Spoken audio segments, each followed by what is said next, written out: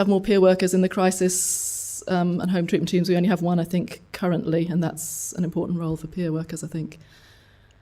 Well, to what extent they have to undertake other duties. Obviously, we don't want the role to be watered down, but obviously you want to sort of help out when there's shortages and stuff.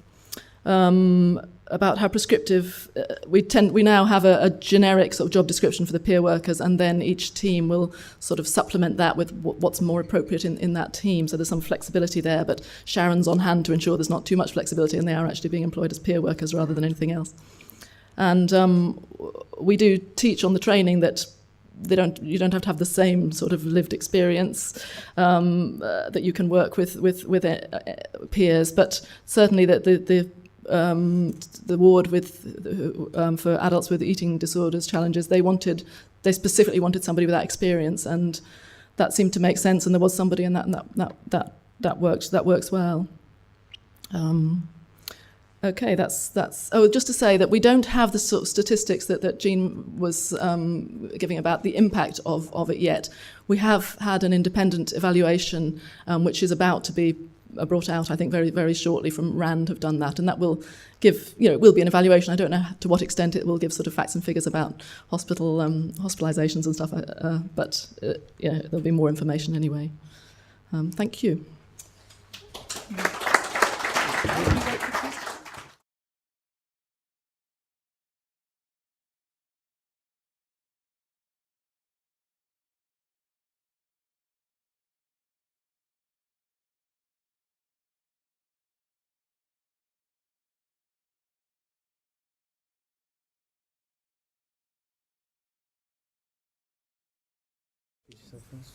I'll introduce myself first. I'm Hannah Walker, and I chair the Dorset Mental Health Forum. And I've had what Jean would call 24 guest appearances in hospitals. Yes. Hi, and I'm Phil Morgan. I'm the co-lead for the Wellbeing and Recovery Partnership, and I work for Dorset. Actually, I don't need to speak quite. I'm being videoed, you got to. I'm the co-lead for Dorset Healthcare, NHS University Foundation Trust. Just thought it was quite important to give a bit of context and background to how we're sort of set up in Dorset, because it's slightly different. And I've realised, reading my slides here, that we've both been established in April 2009, but also in May 2009. And the partnership started with Dorset Community Health Services and the Dorset Mental Health Forum, who are a third sector organisation, and Hannah will talk a little bit more about that. Dorset Healthcare, who were the provider of mental health services in East Dorset, then joined the partnership in September 2010, and then in July last year, Dorset Community Health Services became part of Dorset Healthcare. So we've kind of got a patchwork of provision, and that's why how we've approached peer workers is perhaps a little bit unusual. So there's a little map of Dorset to illustrate the patchwork. So, yeah. The Dorset Mental Health Forum is an independent charity which was established in 1992. So we're in our 20th year this year, so we're hoping to have some big celebration. It's run and led by people with lived experience of mental ill health, and we employ about 60 people, mostly part-time. And we are one of the leading employers of people with mental health problems in Dorset. We will work Dorset-wide with consultation and representation, and we'll go a bit more into that later. We're a local employer, we're a strategic partner. The trust and commissioners and so on look upon us as strategic partners, or as we would call us, critical friends. And we also run an advocacy service, and we're a particularly recovery-orientated organisation. We have a core contract with the NHS and social services, and we were big lottery funded, and these things give us flexibility to put people where we want to put them and to remain fiercely independent, which we think is vitally important. I suppose in terms of thinking about the challenges, and this has been touched upon, is I suppose our key thought in terms of thinking about peer workers in acute services and recovery in general in acute services is how to tackle the strong existing cultures and how to create a recovery culture. And I suppose where we see the opportunities is that we have our peer workers employed outside of the NHS, so we're kind of able to be quite creative and flexible, and also having the forum as critical friends means that we can be quite radical with our thinking and have that driven from the people who are accessing the services, their voice and their carers and supporters as well. And I suppose the other part of it is that we have peer workers working at all levels of the organisation and the NHS. So when we talk about peer workers or peer specialists, we're talking about a whole range of people from volunteers to working at service design and strategic developments and linking in commissioners and every step in between that. And Hannah's just going to give some illustrations of that in relation to acute services. A couple of us work in the mental health urgent care service review that's going on at the moment, and that is an attempt by the Trust to streamline services, to reduce the number of beds and to put more input into crisis response and home treatment. We're also involved in a pilot project. We're setting up a recovery crisis house in Dorset, which we haven't done before, so we're involved in all levels with that, and we're also involved with commissioning. We're working closely with the commissioners on the crisis house, for example. A peer specialist chairs the Acute Care Forum in East Dorset, and one of our peer specialists in the West actually sits on the Acute Care Forum in the West. We have peer specialists involved in training. We do joint training with the trusts, mostly for trusts employees. So we'll train people in things like hearing voices and psychosis, self-harm, and early warning signs. And we have peer specialists involved at all levels of that particular training. We operate a buddy scheme on the acute admission ward in West Dorset, and that's a sort of new venture that we've started. We realise that the acute admissions ward gets quite a lot of youngsters who've never been involved in the system before. So what we try and do is put somebody who's been around a bit and has that particular diagnosis alongside the person who's newly diagnosed to act as a guide and a mentor to get them through the first few months of their diagnosis and learning to live with it and so on and so forth. And there are 3 of us involved in that. We do peer-to-peer feedback, and that's over in East Dorset. And the feedback goes directly to the clinical governance structures within East Dorset. There are coffee mornings they have on the wards. People are interviewed about their experiences on the acute ward, and we give feedback. The Wellness Workshop is a peer-led recovery-focused intervention in crisis team in some wards units, it says there. And basically that is to encourage people to engage in their own recovery. It's which we think is vital. We also have volunteers supporting the therapeutic and activity programmes. They get involved in mindfulness, emotional regulation, OT. They sit in on handovers, and I think the point that the previous speaker was making about the language that people use at handovers has changed significantly wherever we've had volunteers, and that's really been quite interesting.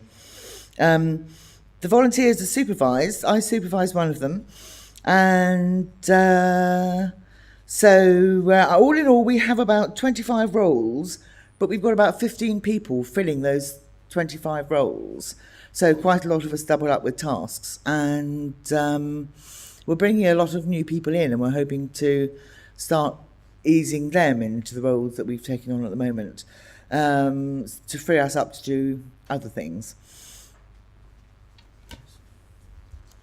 So I suppose in lots of ways it's quite early days for us with peer workers in acute settings. But I suppose the next step for us is sort of twofold. One is creating consistency across the whole of the patch, but I think probably the most exciting and probably the most challenging part of it is having the aspiration around zero restraint. And I think that I was fortunate to hear Jean speak about, I think it's probably 2 years ago now, about the aspiration towards zero restraint, and we've managed to sort of sell it to the trust. And I think we're kind of in that phase of saying, right, we're going to do it, and we're kind of figuring out how at the moment. And we're also trying to get that balance between bringing people along with us and saying this is something that you're going to have to do. And the way that we're doing that is engaging in a scoping exercise, particularly with the team leaders, to give them an opportunity to talk about their hopes and fears, to then get them to volunteer and to be one of the pilot wards. We then want to look at personal experience mapping for staff, for people who are using the service, and for carers, going through every single step of the process, so we can try and think about it creatively, perhaps deconstruct it, look at what needs to happen. So from the meeting and greeting point through to handovers, through to note keeping, through to whatever part of it, and really try and be quite radical in changing that experience.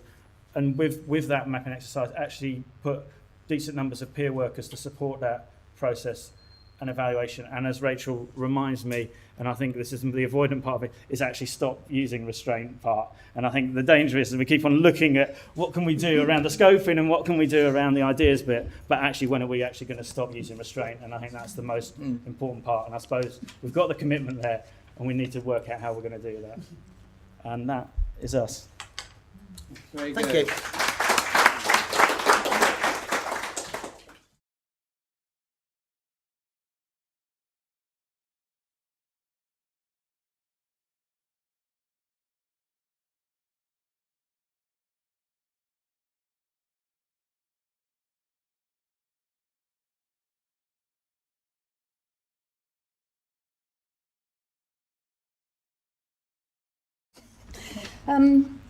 Yeah, so I thought if we haven't planned this because I wasn't sure who was coming today, because in fact quite a few people suddenly just weren't able to come. And I'm fairly new, really, so this is my first conference. So it's all a bit... So it's great to have you standing I'm at the front. What does it staying feel calm. like? Keeping calm. Okay. Kim's got the hands-on experience as deputy leader of the peers, yourself a peer worker, aren't you? Yeah. In the city service. And I'm recovery lead at Nottingham, and I've kind of got the overview, and probably just thought I'd just take you through where we've come from, because being in a trust of 8,900 staff, it's quite a big place to start even thinking about recovery, but it does mean that we've got some really strong pillars to work with. We've got involvement services, an whole involvement directorate, 750 people regularly involved in all kinds of activities across the whole trust. So those 750 involvement centres have given them real pride of place. Anybody who's visited Nottingham will see that they're really lovely places to be, and those are the places where people, if they want to be involved in any aspect of the trust work, they can walk into those centres and they will be warmly engaged, and they'll be supported in their own recovery journey and helped to engage with some way of being involved. As a consequence, we've got at this moment in time 450 volunteers, peer volunteers, working in different ways across the trust, whether they're from peer governors to peer interviewers. We've got 23 fully qualified peer trainers, we've got 39 fully qualified peer support workers, and we've got 200 befrienders. So loads of people in lots of different roles, but I think the very fact that those involvement centres are always there supporting people, there's somewhere for people to go, very, very homely places. And so the peer support teams, like where Kim works, are actually relatively small, and one of the big problems for us is how do we move to increasing the number of peer support posts. So we began in 2008. I put in a small bid for funding for 6 peer support workers working 6 hours a week in 6 wards for 6 months. It was just a small amount of funding, and on the back of that was funded to go over to Arizona. And when I saw what was going on in Arizona, it became clear it had got to get bigger than that, but that we couldn't just put them straight in the wards, we needed to train them. So the first thing we did was review the literature on what was available elsewhere, not just from Arizona, but from Scotland, from different places. How could we best prepare peers to work in Nottingham, really? And so we did the review of the literature, then we piloted and developed the training, which is now running in Nottingham, and it's accredited. And then we got those first peers into post, and they were on acute wards. Were you involved at that stage? No, because initially they were kind of spread out, weren't they? I came into post when the peers were brought together as a team to... That's right. A small, 8 people within our team, in order to be supporting of each other and provide a really lovely environment for the peers to flourish. Yeah. And that's where we are now. Because we learned, didn't we? What we learned was putting them out into different wards to be supported by an external peer who was giving them supervision and to be managed on the wards was actually quite tough. So then we got some funding from Regional Innovation Team, had enough funding for 12 peers to be employed in community teams, and again found that by putting them in separate community teams, they were too dispersed, even though they were being managed and supervised from one place. So what we did when that regional innovation funding came to an end, we brought them all together into one little office and we started to redefine what their role was, give them peer management and support. Yeah. And that transition actually wasn't easy. It wasn't straightforward at all. The peers had got used to working in their own way. They'd developed things in each individual area, which they were very proud of, and quite rightly. And we were kind of pulling them in and saying, well, no, this is how it's going to be now. Originally saying, it's your service, you develop it how you want to. And then in the same breath, if you like, bringing them back and saying, but this is where we want you to be based, and this is the client group that we wish you based to on be the evidence, focusing on, because we want to build up some evidence that this works. But what we within found was that in the community area. teams, these peers in the community teams took on referrals that were quite tricky and ended up becoming really good befrienders. And they found it very, very difficult to move on, to discharge those peers. And so that's why we increased the number of volunteer befrienders and said, if these people need befrienders, let's provide them with befrienders. But let's define how we can best use our peer resource. And we decided actually it was on facilitating early discharge from the inpatient wards, so that they can really get to know people well, do their recovery plans, their discharge plans, and cross the boundary between the inpatient ward and their community. So that's where that team is. Meanwhile, we got loads more funding for the county team. We got some funding from the Health Foundation, and we got another 12 peers plus 2 carer peer support workers to work in the county. And the evidence that we're learning from there is again very different. We're learning that we need to start them off in a small team, and then we can start to gradually place them into the bigger teams. So people start to come into the peer role and have a kind of probationary period in a peer team where they're closely helped and supported and define who they are and what they do. And then they'll be ready to go and be placed into clinical teams outside of that. I suppose what we've now found is that was all additional funding. And at the same time, what we've done is we've been working to a strategic level to get a full-time post in HR to support the development of peer support work.